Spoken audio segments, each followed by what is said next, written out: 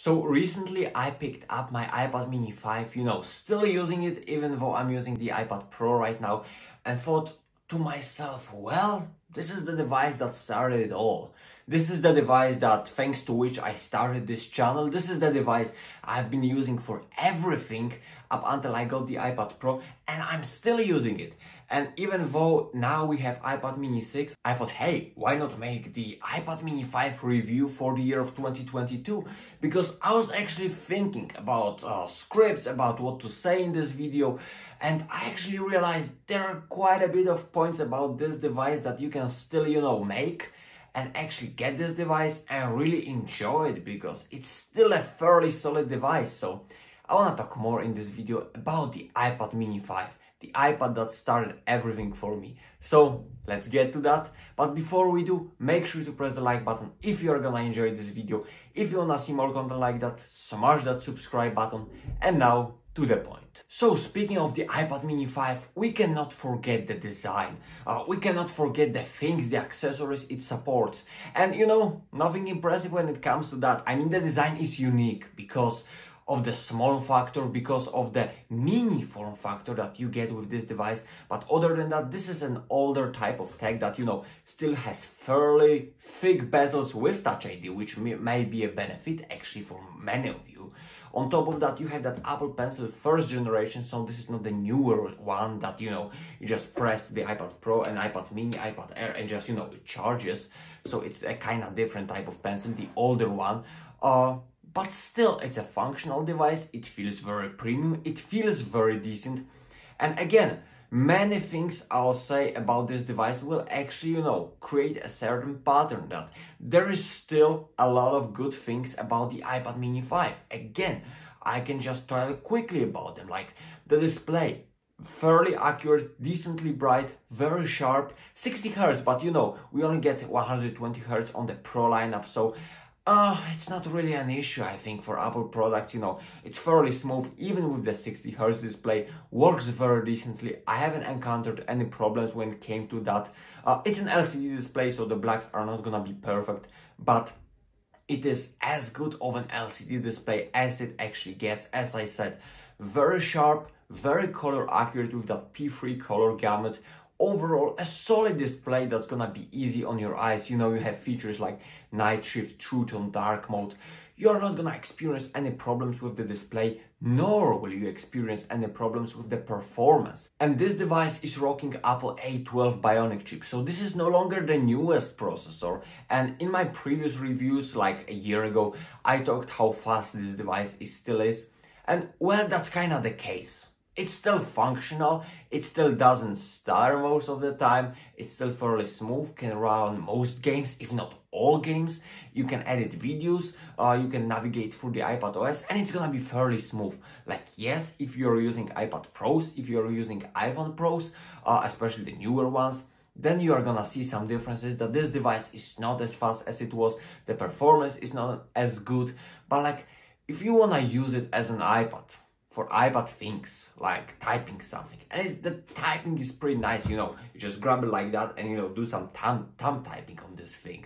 So no problems. You wanna watch some videos, again, no problems. The overall performance is decent. You still got the newest capabilities with iPad OS 15, like live text, which requires Apple A12, which is in this device, or newer.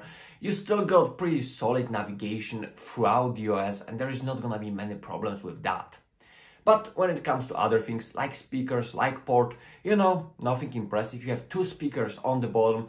They are fairly decent, They don't sound good compared to like iPad Pro speakers, but other than that, they produce rather clear sound. And like for less demanding users, you're not really gonna have many problems. When it comes to the port, well, it's an older Lightning port, so there are limitations because of that port. And if you wanna use it for more than charging, well, newer iPads are rather the way to go with their USB-C port and extended capabilities because of that. When it comes to the camera, well, it's a very, how can I say it nicely? It's just typical camera that you will use for scanning some documents, nothing more. I wouldn't really expect anything more.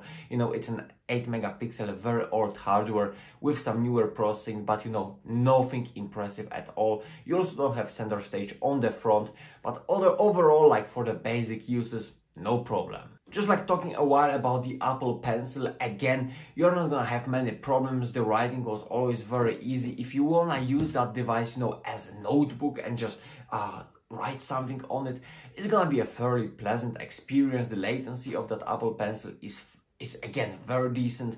Not many problems, not many issues when it comes to that. And that's it when it comes to the basic specs, you know. Nothing really changed that much, nothing really impressive that much. So what's the thing about iPad mini 5? Well, the thing is that if you want that mini iPad form factor and you still want to get a decent experience, you still want to have a little bit of support left, like 2 or 3 years, you still want to get Apple Pencil, maybe you just want to get into Apple's ecosystem, buy it for a kid, maybe buy it for some portable gaming, which is this device is fully capable of. I'll also link some of my gaming tests of that iPad into the description, so if you are into that, you may check that out as well, how this thing is performing. But as I'm saying, this is a functional device, this is a sentimental device that started this channel for me, and is it worth buying in the year of 2022? And I will say, if you can get it for a decent price, it's always worth buying, because these are Apple devices. They are actually worth because they are supported, they offer you great OS, great capabilities, premium feeling. But with that being said, I checked some prices in the US because I feel like these are universal prices, so I just, you know, decided to check it on eBay, and I saw prices like 300, 350 bucks, and I was like, no, like this is too much. If you have 300 bucks, like let's just get the iPad 9 with the more powerful processor, with the center stage feature, with overall I feel like more capabilities in the way that this is a bigger device, this is a newer device. And in that way, I would rather steer you toward that. But if you want that iPad mini 5 and you can see this device for cheaper, below that 300 bucks, then this is definitely a device that's gonna serve you well. There are not many problems with this thing. It's gonna do what you wanna do. It will handle things fairly decently.